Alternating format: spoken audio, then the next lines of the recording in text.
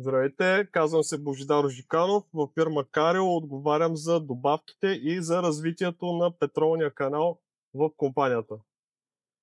Здравейте, казвам се Димитър Димитров, продуктов менеджер двигателни и индустриални масла в фирма Карио. Отговарям за развитието на любимия ни бранд Равенол България. Движим се заедно.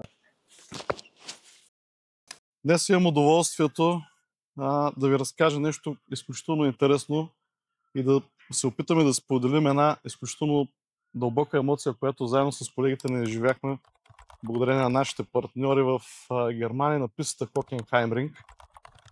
Нещо изключително емоционално за всички нас, което трудно може да се обясни с думи, но заедно с колегата ми ще се опитаме да го преразкажем. Здравейте, казвам се Божидар Жиканов, продуктов менеджер съм в фирма Карио, отговарям за добавки и за развитието на петролен канал във фирмата.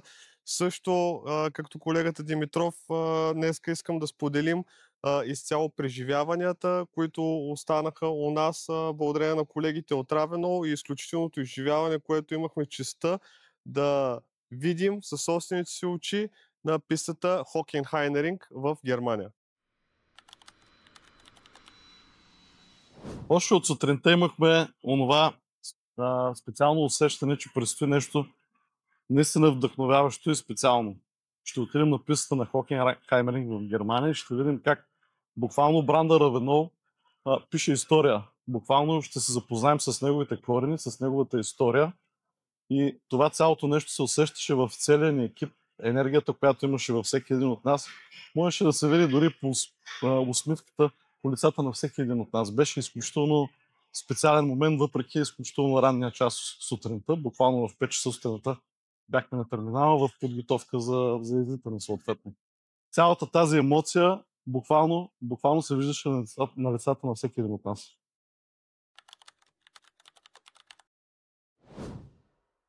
Първото нещо, което видях на пистата, беше тази внушителна туба, която стоеше над всичко. Определено, да. Която сподели.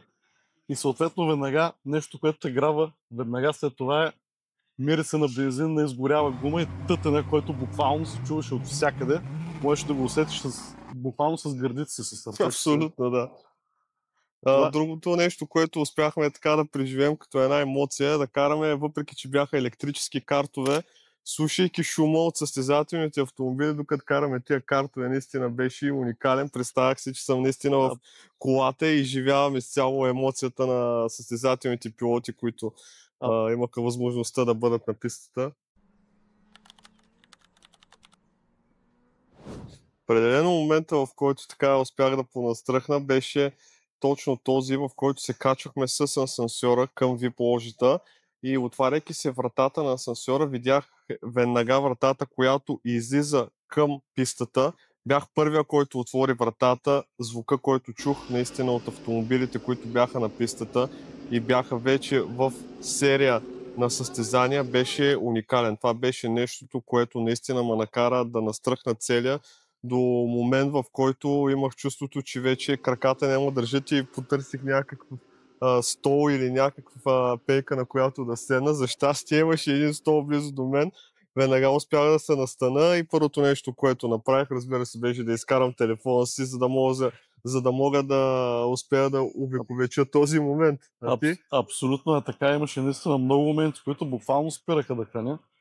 Трудно е да изборим всички от тях, но някои от тях наистина се отличават. Лично за мен това беше момента, в който видях наредени всички болиди преди старта на самата писта. Всички болиди на Равенол, брандирани с Равенол, и тогава усещаш, че всъщност това е момента, който те свърза с твоята работа. Защото ти не продаваш просто двигателно масло, осъзнаваш, че си нещо свързан с нещо много по-голямо, нещо, което движи световния моторспорт.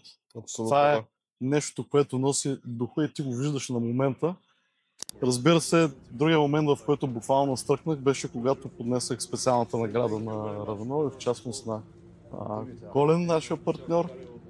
Момента, в който настръхнах, беше абсолютно този, защото това е наистина много специална награда за нас. Тя показа бурното развитие на бранда, най-успешното развитие на бранда за 24-25 година в България.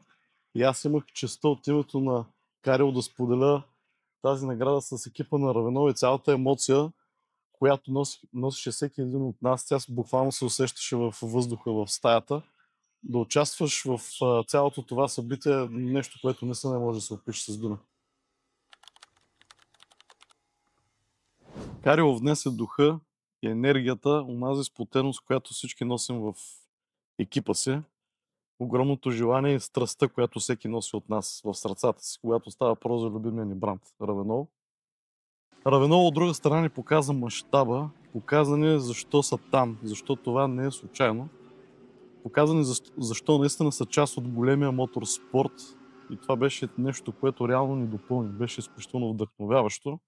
И реално, ако трябва да го обясна в едно уравнение, то кореспондира с мотото на компанията ни Карио, т.е. движим се заедно напред. Още от взимането ни от летището, колегите от Равенол показаха едно наистина благосърдечно и топло отношение спрямо нас.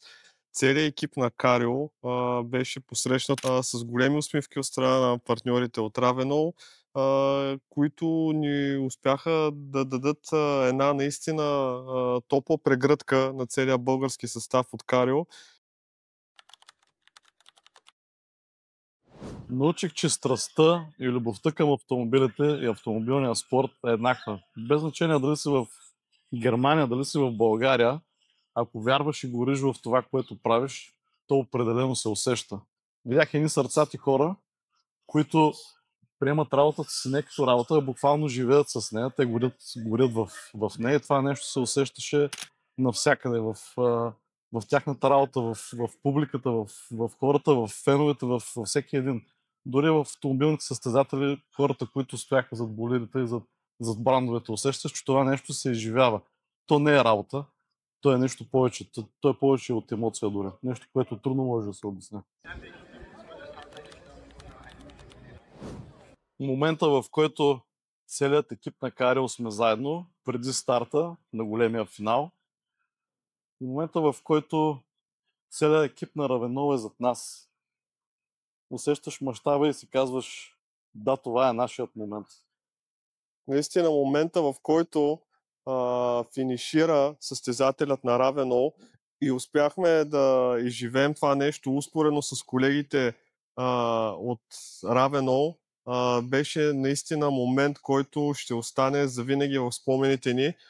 Емоцията, която успяха партньорите ни от Равенол да оставят у нас благодарение на това, че ни поканиха да бъдем именно в VIP ложата и именно на финала и да видим финала как се разиграва буквално пред очите ни и състезателя да спре точно пред VIP трибуната и да почне да върти гуми, да излезне от колата, да се поклони пред нас, беше наистина нещо, което остава завинаги като брилянтен спомен. Какво взех със себе си? Вдъхновение, увереност и гордост, че съм част от българският екип на Равенол в лицето на Карио, което заедно с тях успя да сподели тази изключително голяма емоция. Виждаш, че си част наистина от нещо голямо. Това не е просто масло и това не е просто работа. Това е едно изживяване, което остава завинаги в теб и бележи изключително голяма следа в теб. Просто остава в сърцето ти. Няма къде да отида. Не за това, заварял. То няма къде да отида, това тежи. Няма, не дей само за мотокара събрат. Страх е това, бе? Не.